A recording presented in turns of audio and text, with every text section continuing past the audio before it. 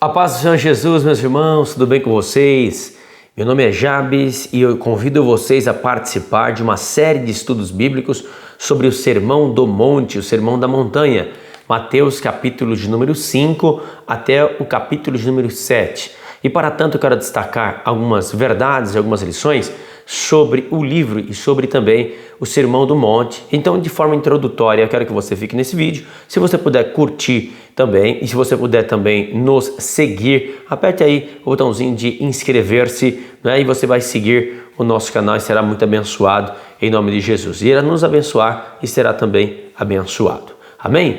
O nosso estudo ele está inserido no Evangelho de Jesus, segundo escreveu o evangelista Mateus. Ele não é o primeiro evangelho a ser escrito, porém na sequência dos evangelhos ele é o primeiro que está na ordem, mas ele faz essa ligação entre o Antigo Testamento e também o Novo Testamento.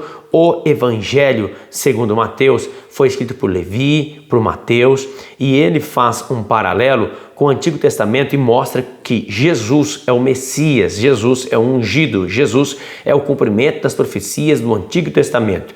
Esse evangelho que foi dividido posteriormente em 28 capítulos, ele é um extensivo, mas ele também mostra o cumprimento das profecias acerca do Messias e faz diversas citações do Antigo Testamento. Vale ressaltar também que ele escreve aos judeus, querendo mostrar exatamente isso, que Jesus é o Messias. E no capítulo de número 5 a 7 fala acerca do Sermão do Monte. É um dos principais ensinos de Jesus, é um dos principais ensinamentos de Jesus, cujo qual fala do estilo de vida do verdadeiro cristão, do discípulo de Jesus, do seguidor de Jesus, daquele que segue Jesus. Ou seja, fazendo um contraponto com o estilo de vida legalista exterior que os religiosos da época viviam. Os discípulos seriam diferentes dessa perspectiva dos religiosos. Para tanto, eu quero destacar aqui algo que é importante para nós entendermos. O Sermão do Monte faz uma conexão entre Jesus e Moisés. Moisés, por exemplo, ele foi o escape da vida dele desde pequeno, porque a sua mãe precisou, através do milagre do próprio Deus, preservar a sua vida. É interessante notar que houve uma matança quando ele era ainda bebê, assim como Jesus. Houve uma matança quando Jesus era bebê e ele teve que escapar por sua vida. No caso de Moisés, ele foi acolhido ali no Egito, na casa de Faraó.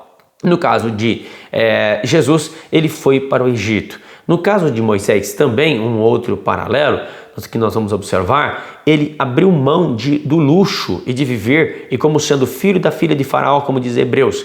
No caso de Jesus, em Filipenses capítulo de número 2 e o versículo de número 5 a seguir, mostra que ele esvaziou-se a si mesmo, ele deixou a sua glória, deixou ali o lugar de glória, o seu trono, e veio à terra para ser igual ao seu irmão, no sentido de que veio resgatar, salvar. Essa mesma perspectiva em que Deus vai usar Moisés com as 10 pragas para salvar, para retirar o povo do Egito, assim também Jesus veio para salvar os seres humanos dos seus pecados. Não é para um dia retirar dessa terra, da terra do Egito, que representa esse mundo, E o Senhor veio nessa perspectiva. É interessante também que Moisés sobe o monte para receber a lei de Deus. E Jesus também sobe o monte para receber as diretrizes, ou seja, para ensinar e para dar as diretrizes aos seus discípulos, ou seja, para fazer uma releitura da lei e para mostrar a perspectiva de vida que deveria viver aqueles que são filhos de Deus, aqueles que são inseridos no reino. Vale ressaltar também, meus amados irmãos, algo que é importante também, que Jesus é o cumprimento da lei. Jesus é o cumprimento da lei. Jesus também, queridos, ele fala o seu sermão principal, que é o Sermão do Monte, que é um resumo de todos os seus ensinos, aqui do capítulo de número 5 até o capítulo de número 7. Também, em segundo lugar, somos muitos cristãos que temos no mundo, que professamos, principalmente no Brasil, que professamos a fé cristã, porém nós vemos pouca relevância na sociedade. Em terceiro lugar, quero destacar também que Mateus, ele escreve este evangelho para destacar, escreve para os judeus e para também mostrar acerca do novo Israel, Ou seja, Moisés E Jesus, nesse paralelo que eu acabei de dizer para vocês, demonstra que agora Israel é o novo Israel, né? É o novo Israel. Vale ressaltar também, queridos, que o resumo desse texto todo está em Mateus capítulo 6 e versículo 8, ou em Levítico capítulo 18, versículo 3. Não proceda como eles, não faça como eles, tá? Não seja como os religiosos, os fariseus. Essa é a perspectiva, tá bom? E em sexto lugar que eu quero destacar também, queridos, é que o Sermão do Monte, Jesus ele faz uma distinção entre ser discípulo e ser algo parecido com um discípulo, ok? Mas não é. Então tem 4 exemplos aqui. Em primeiro lugar, tem o exemplo do fariseu, aqueles que são moralistas, né? Aqueles que vivem de aparência, como o sepulcro caiado, que por fora está lindo, por dentro está em podridão. Em segundo lugar, nós vemos também esse segundo exemplo acerca dos mestres da lei, né? Os escribas, os mestres da lei, que eram legalistas, que achavam que por conhecer a lei eles seriam salvos, ou seja, pelas suas obras eles seriam salvos. Em terceiro lugar, também o pagão, que era o arreligioso. Ele não era, né, muito focado na religião, então é o religioso. Também Jesus ele vai falar daqueles que a distinção, né, daqueles que são filhos, daqueles que são servos, daqueles que são discípulos, né?